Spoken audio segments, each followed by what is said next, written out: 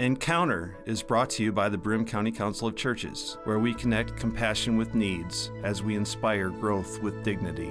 You'll find us in special places throughout the community. For those who remain hungry, we provide meals. For those who are challenged, we build wheelchair ramps. We comfort those who are ill, minister to those who are confined, and we remain an advocate for change and understanding on behalf of every element of our community. Connect and inspire. Encounter the Broome County Council of Churches.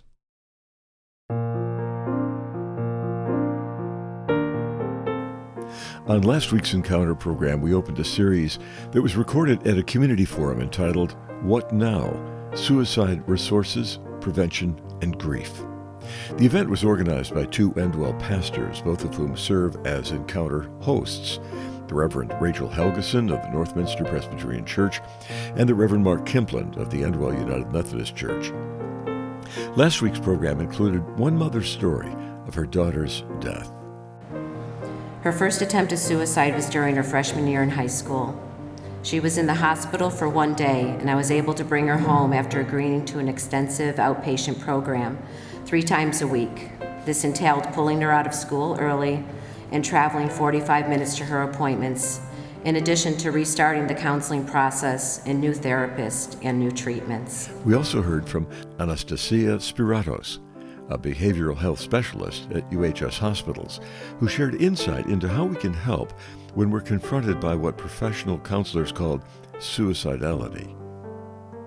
And it gives the opening that it's okay not to be okay. And just being there in that moment, helping them through that temporary feeling, is the beginning of the healing process. I tell patients that I've seen that feelings are like butterflies. They swoop in, they fly around, they hover for a little while, and then they fly off. If we can sit with them, walk with them a mile in their shoes, we can offer help, we can offer hope, we can offer support. On today's program, Bobbi Jo Deuel-Lewis, the Samaritan Counseling Center, will share additional resources, and we'll meet Karen Bixby, whose photographic skills are behind an organization called #Hope, a suicide prevention photo project. Before Mark Kimpland's introduction to the series, we want to remind you of the National Suicide Prevention Lifeline. 1-800-273-TALK. That's 1-800-273-TALK or 1-800-273-8255. We'll refer to that important phone number throughout our Encounter program. Friends, welcome to the Encounter program, sponsored by the Broome County Council of Churches. I'm your host, Mark Kimpland, the senior pastor at the Endwell United Methodist Church. Several weeks ago, your hosts of the Encounter program thought it was a good idea to respond to the tragic events of suicide in our community recently. And so we got together to plan what we called a suicide seminar, where we came together, and the title of that particular seminar was What Now? Suicide Resources, Prevention, and Grief. And we gathered together on May 24th at the Endwell United Methodist Church, and we brought together mental health professionals, we brought together professional counselors, we brought together other ministries of hope in this area of suicide. And so we present a portion of this event to you. The first speaker on today's Encounter program is Bobbi Jo Deuel-Lewis of the Samaritan Counseling Center in Endwell, New York.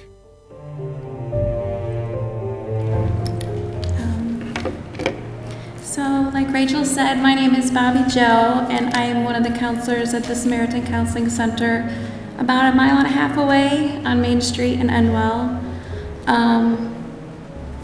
And my colleagues, my coworkers are here, Deb and Renee, and they're also counselors that are up here, and they're wearing blue ribbons.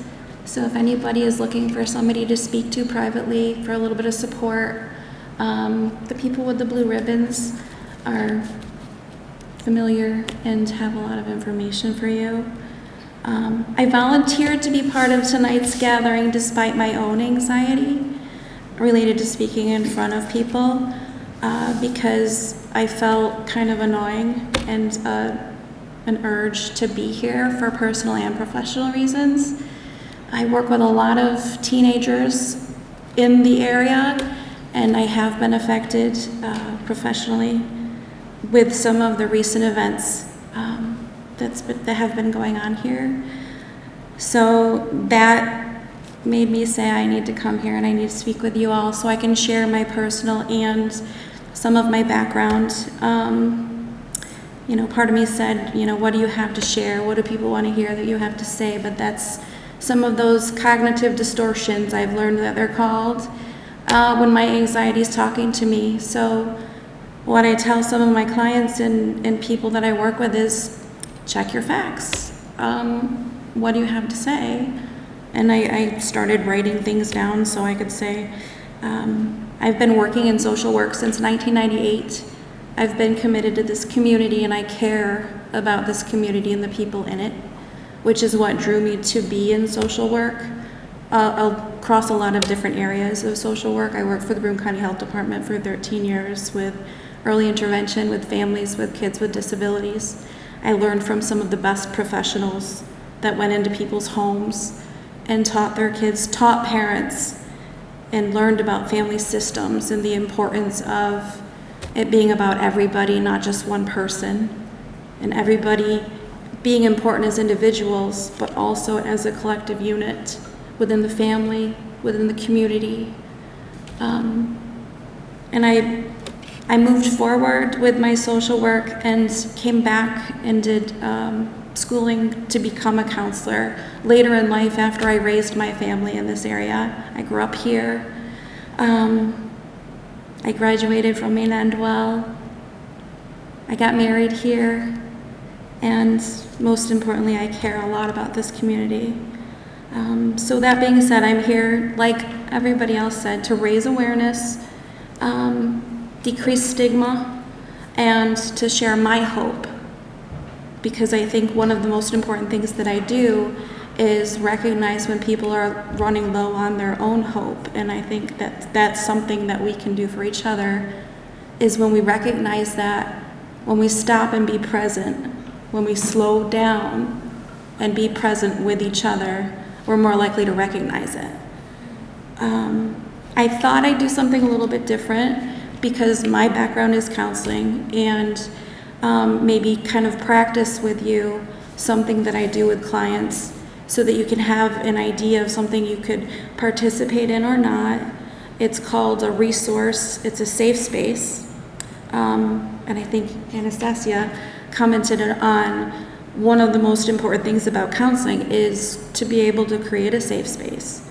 And this is something that I do with my clients. So if you feel comfortable participating, it's just a short activity. It's a mindfulness activity, which is about grounding and being present. And it's also a part of DBT therapy, but it's also its own therapy. And so what you would need to do if you feel comfortable practicing this with me is just try to get comfortable in your chair and just relax your shoulders and just notice your breath. And I work with people of a lot of ages, so some people might have thought it was weird that I brought this with me, but I work with some small children and some older children and all the way up through adults, and there's something called box breathing that we do, and it's a count of 4 where you breathe in through your nose to a count of 4, you hold it for 4, you breathe out for 4, you hold it for 4. And some people are auditory learners and some people are visual learners, so I found this fun thing and I actually use it, and I try to say, like, watch as it expands and think of the air coming in through your nose. 1, 2, 3, 4. Hold 2, 3, 4. Out through your mouth. 2, 3, 4. Hold 2, 3, 4. In through your nose. Hold 2, 3, 4.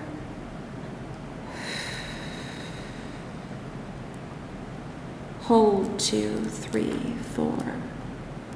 Just kind of relax and notice your breath. This is useful to be present because when we become in an emotional state of mind, it's hard to think clearly. Our body holds things and we get sick. So I start with just kind of a grounding. And then for the safe space, so when we process some really difficult emotions, I want to invite you to close your eyes if you feel comfortable doing so, and you don't have to if you don't want to. And just notice your breath.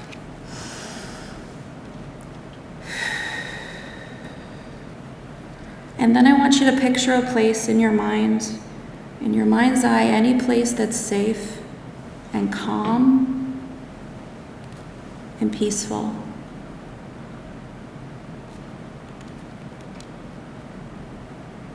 Have you got something in mind? Okay. It can be someplace you've already been or just a picture. I want you to notice then your body sensations, how you feel. What do you notice? Look at that place and look around. What season is it? Notice all the details. Who's with you? Are you alone and content? What do you hear? Are there waves or birds? Crickets? A fireplace crackling? What do you smell? Maybe you smell fresh bread or the salty air. Keep imagining this image and all the sensations that go along with it, and stay with this.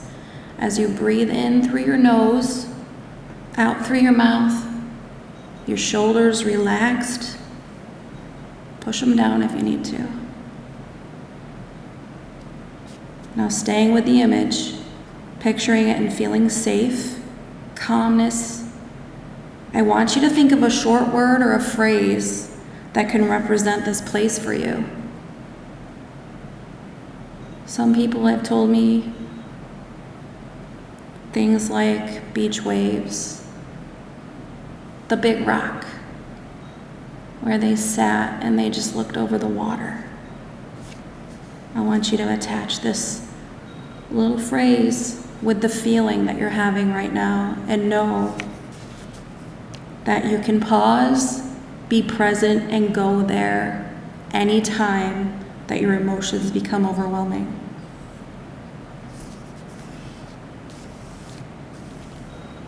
Now I want you to take one last look around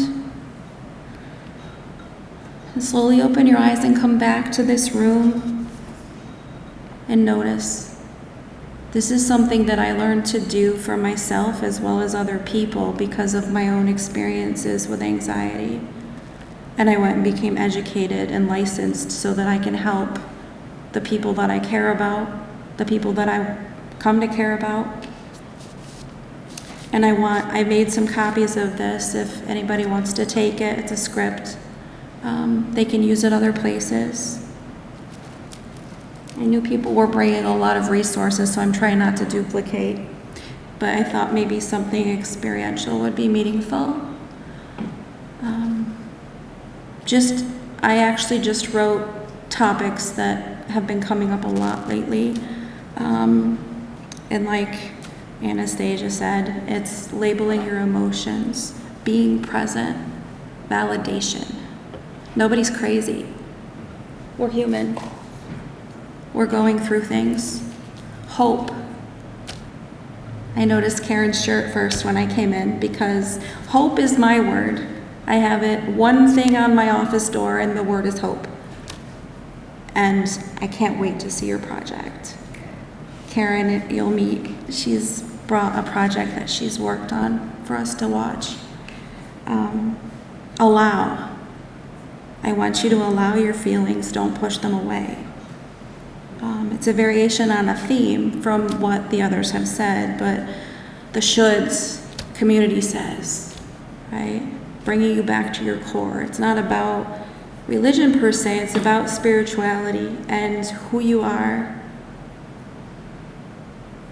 Sharon moved me very much with her story, as I'm sure she did everyone here.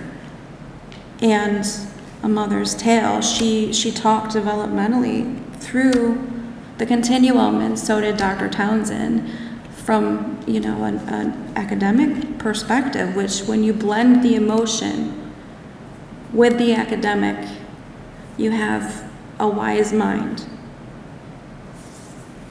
When we talk about suicide, I see it as hope being the most important, because I see it as the opposite is despair. We all experience despair. And grief. Grief is not wrong, it's human. One of the most underutilized resources that I found that I really wanted to share today, and it was already mentioned, but I wanted to repeat it, is the Hope Line.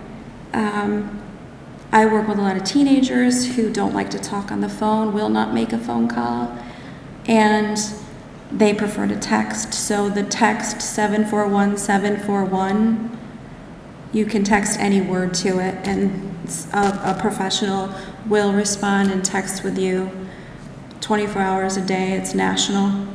And we actually made some keychains out there that I hope people will take with a QR code as well, with the idea that sometimes telling them they won't remember the number, but having something tangible.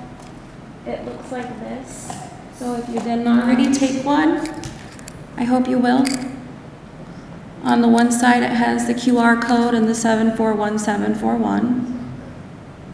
On the other side, it has a model of grief that some people may not be as familiar with. Most people know about Kubler-Ross 5 stages of grief. I think that's what we're taught in school. There's one by J.W. Warden called the Tear Model, and it's 4 stages. And it seems to be something that I use more, and it's on the other side. And it's very similar, but it starts with acceptance. It doesn't end with acceptance. In a lot of ways with grief, you can't move forward if you don't first accept what is.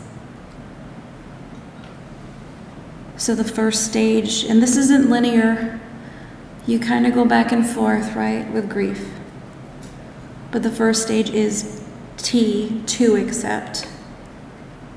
And the second is experience the feelings. If you push the feelings away and deny them, you can't move forward. And that's okay. Sometimes we want to stay there for a while, and we need to. And then we have to adjust to a new way of life without that person or whatever the loss is. And then reinvest in the new reality. And you can't do that until you do the other stages. So I hope that you'll grab those before you step out. I have more, but I really don't want to take up a lot of your time. I just wanted to share too, one of the other reasons that I felt really moved to come here was because I have worked with some teens that were close to people that they've lost in local schools recently. And I've worked with them for quite a while, and one of them said to me shortly after how grateful she was. But she was feeling guilt because she said she didn't know why she got help, and she was able to get better, but her friend wasn't. There are resources, there are people that care. I'll leave you with one thing that I think is important to say. There is no blame. We need to get rid of shame.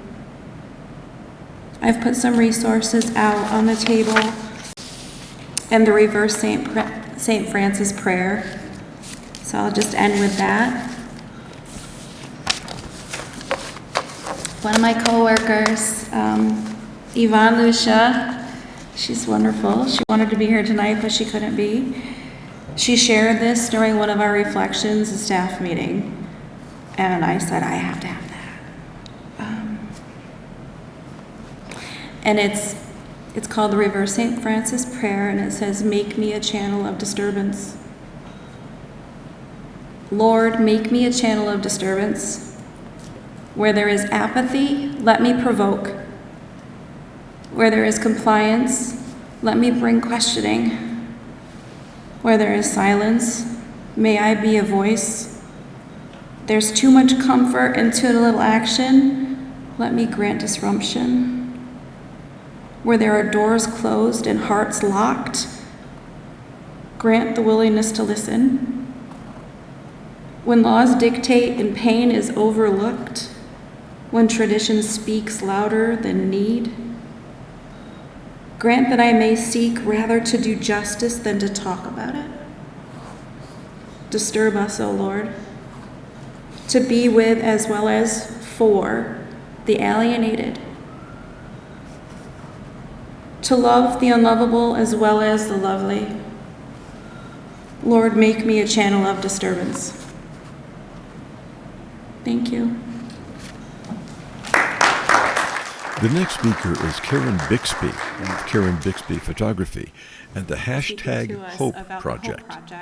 You got to see her beautiful T-shirt, and as a pastor, it drew me because we talk about hope, especially in the Abrahamic traditions. We talk about how death doesn't get to have the final answer.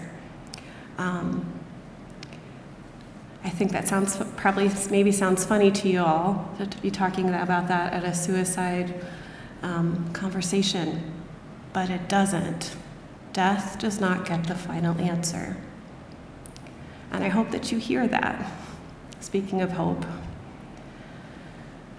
that you've been given some resources, that you know some faces now within our community that you can talk to, that there are more conversations you'll probably have after you leave this space. But I hope that you'll be able to hear about Project Hope and to see what they're doing in our community and how this all came about.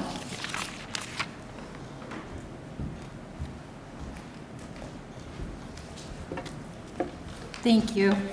Karen Bixby of Karen Bixby Photography. My strength is behind the camera, not in front of an audience, so please bear with me. The project is called hashtag Hope, and it's something that I started with my daughter back in the fall of 2018. And with my photography business, the bulk of my clients are senior photos, which I absolutely love. I love the age group.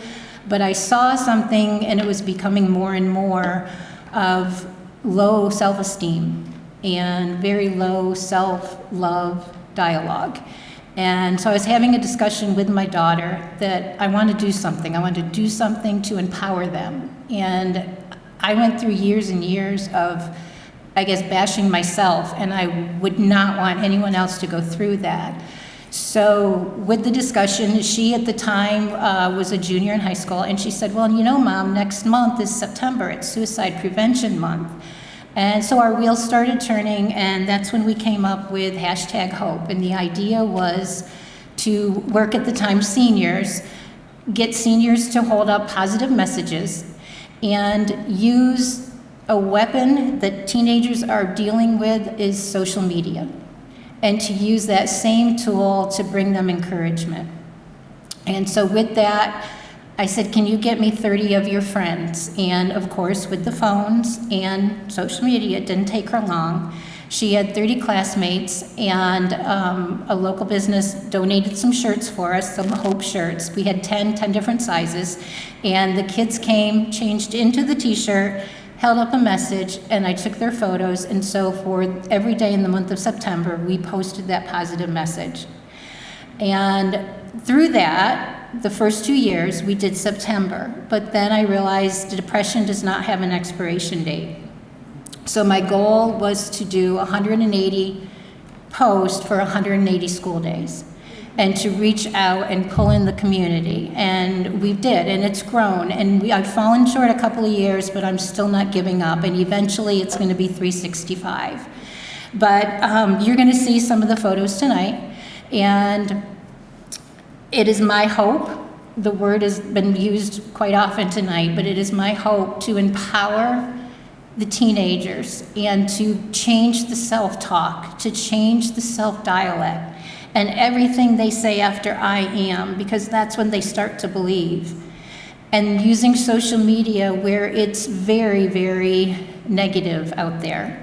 And as they're scrolling, if they happen to come across one of our photos and one of our messages, and it plants a different seed to seek help and to get the resources that are here, that is the plan and the vision of the photo project. And also with that is to use local teens from local high schools so they connect with their teammates, with their classmates, with their workmates. Because if they see someone else reaching out for help, or they see someone else going through maybe something that's been on their mind, that might encourage them to talk some more. So with that, there are pamphlets in the back there that if you'd like more information, I would love for you to reach out. But with that, I'm going to just turn it over and let the photos speak for themselves. So thank you for the invitation to be here tonight, and thank you all for attending.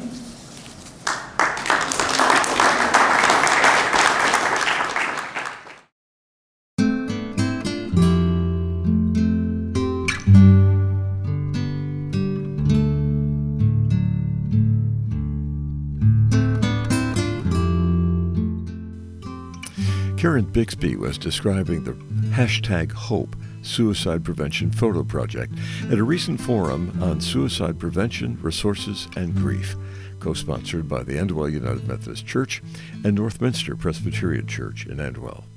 All the presentations at the forum are available online at the Endwell United Methodist Church YouTube channel.